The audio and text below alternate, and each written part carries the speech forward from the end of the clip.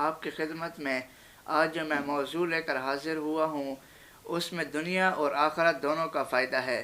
میرے پیارے آقا صلی اللہ تعالیٰ علیہ وآلہ وسلم نے ارشاد فرمایا کہ اسلام جو ہے وہ 5 چیزوں پر قائم کیا گیا ہے۔ جن مسلمان بھائیوں کا ایمان ان 5 چیزوں پر مکمل ہوگا وہ کامل مومن کہلائے گا۔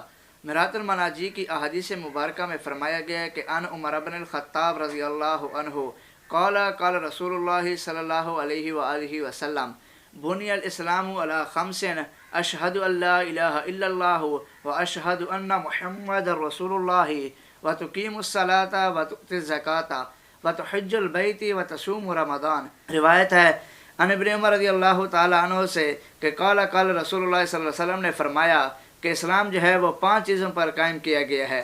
نمبر 1 یہ ہے کہ اللہ عز و جل کو ایک ماننا اور اس کے علاوہ کسی اور کی عبادت نہیں کرنی۔ نمبر 2 یہ کہ حضور پاک صلی اللہ تعالیٰ علیہ وسلم اللہ کے رسول اور بندے ہیں۔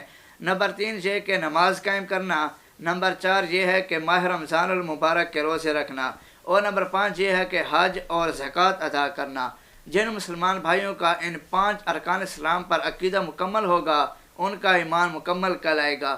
دعا ہے خالق کائنات سے کہ جو حضور پاک صلی اللہ تعالیٰ علیہ وآلہ وسلم نے ارشاد فرمایا کہ جو ان 5 چیزوں پر ایمان رکھے گا اس کا ایمان مکمل کہلائے گا۔ دعا ہے اللہ رب العزت سے جو کوئی سننا اس پر عمل کرنے اور دوسروں تک پہنچانے کی توفیق عطا فرمائے۔ وما علینا الا البلاغ المبین۔